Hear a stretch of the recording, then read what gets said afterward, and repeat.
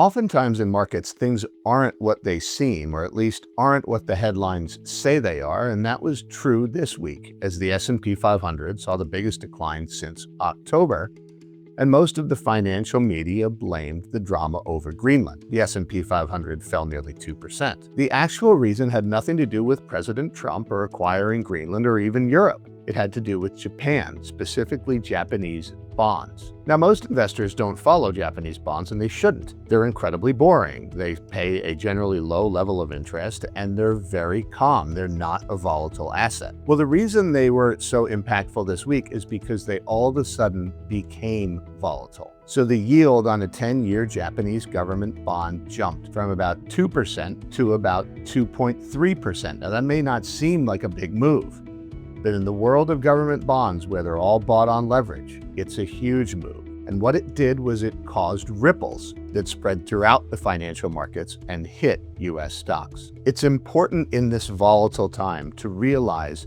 that some headlines matter and others don't. In the case of Japan, luckily we've seen some calm there, but I do recommend that all of us start paying a bit of attention to Japan. Because if Japanese government bonds start getting volatile again, you are going to see stocks drop regardless of what is happening with Greenland or President Trump.